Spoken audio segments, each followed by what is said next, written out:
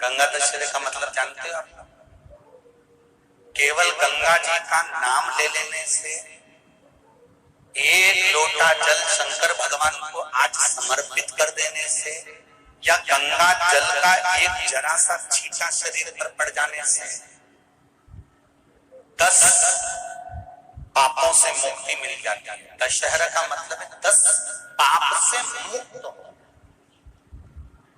पहला पाप है किसी के घर का बिना पूछे कोई सामान उठाकर हमने भोग कर लिया हो, तो उस पाप से। गंगा दशहरे के 10 पाप से मुक्ति दिलाता है गंगा दशहरा। दूसरा, किसी ब्राह्मण किसी गुरुजन को मुख से अपशब्द कह दिया हो, तो आज ही का दिन है जिस दिन पाप कर्म से मुक्ति मिल जाती है। तीसरा, किसी स्त्री को, किसी नारी को, किसी कन्या के प्रति, स्त्री के प्रति, नारी के प्रति अगर गलत सोच लिया हो या गलत कर्म हमने कर दिया हो, तो उस पाप से मुक्ति गंगा दशहरे का दिन दिला देता है। चौथा,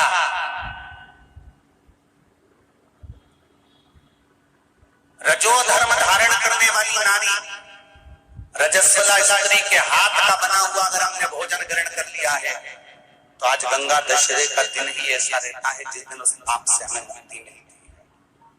पांचवा, किसी के यहाँ सूतक जानते हो या सावड़।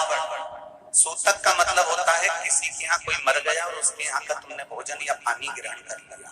सावड़ का मतलब होता है किसी के यहाँ बच्चा हुआ, तुम्हें मालूम नहीं था, उसके घर का 8 दिन का 10 दिन का तुमने भोजन या पानी ग्रहण कर लिया। सूतक या सावड़ का भोजन या अन्न पानी ग्रहण कर ले, तो 5वें नंबर का गंगा दशहरे का वर्णन करता है कि 5वां पाप, इस पाप से भी लोगों को मुक्ति मिल जाती है। 6ठे नंबर का वर्णन आया, किसी मंदिर की जगह पर या धर्म की जगह पर अपने अपना कब्जा कर लिया हो या धर्म की जगह को अपना बना लिया हो, तो उस पाप से मुक्त होने का एक साधन 6ठे नंबर का। 7वें नंबर का, झाड़ू लगाते समय, बुआरी लगाते समय छोटे छोटे जीव झाड़ू के नीचे मर जाते हैं, तो उसके पाप से मुक्ति गंगा दशहरे का दिन दिला जाता है। 8वें नंबर का,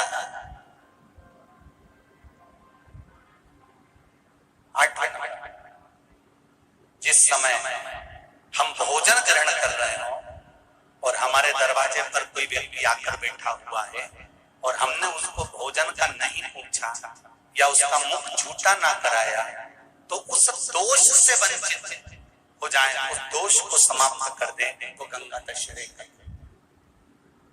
9वें नंबर का, बेटी की शादी करी और बेटी की शादी करने पर बहुत सारा कन्यादान आया।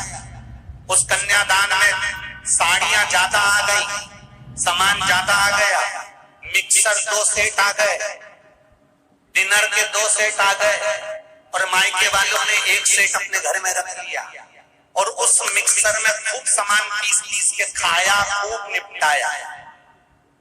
बेटी के कन्यादान का सामान घर में रखकर उसका भोग करने पर जो पाप लगता है, 9वें नंबर का कहता है गंगा दशहरे का दिन उस पाप को धो देता।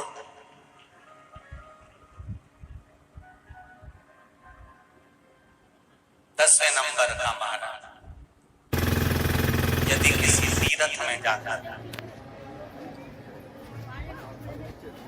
हमने कोई गलत काम करा होता है, तो गंगा दशहरे का ये आज का दिन हमारे पाप को वो दूर करता है।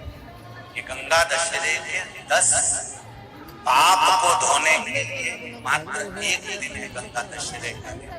आज के दिन जो शिव जी को जल चढ़ाता है, शंकर भगवान कहते हैं भले उसने उसमें गंगा जल डाला नहीं डाला, पर मेरे ऊपर जब जल चढ़ाता है, शिव जी कह देते हैं आज के चढ़े हुए जल को मैं गंगा जल बना देता हूँ। आज गंगा दशहरे का खूब भजन करो, दान छोटा सा प्रैक्टिकल है, आप करके देखेंगे तो बाबा कुबेर भंडारी वैसे ही भंडार भर देगा।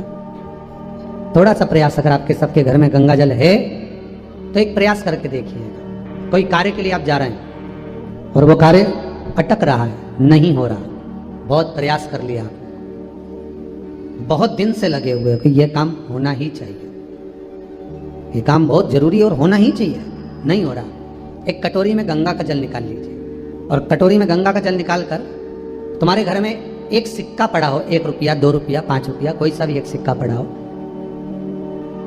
जो भी सिक्का पड़ा हो, कुंदकेश्वर महादेव का नाम लेकर, जहां परिंदा होता है, पानी का मटका होता है, पितरों का स्थान होता है, हंडा भरते हो, मटका भरते हो, उसके पास में उस कटोरी को रखकर 1 का सिक्का, 2 का सिक्का, 5 का सिक्का, 10 का सिक्का, जो तुम्हारे पास सिक्का पड़ा हो, जो भी तुम्हारे पास पड़ा हो, वो सिक्के को हथेली में लेकर कुंदकेश्वर महादेव का नाम लेकर उस कटोरी में डाल दीजिए और उस जल को नैनों से लगाकर आप काम के लिए निकल जाइए। वो काम आपका सफल होकर ही रहेगा, छूट नहीं सकता।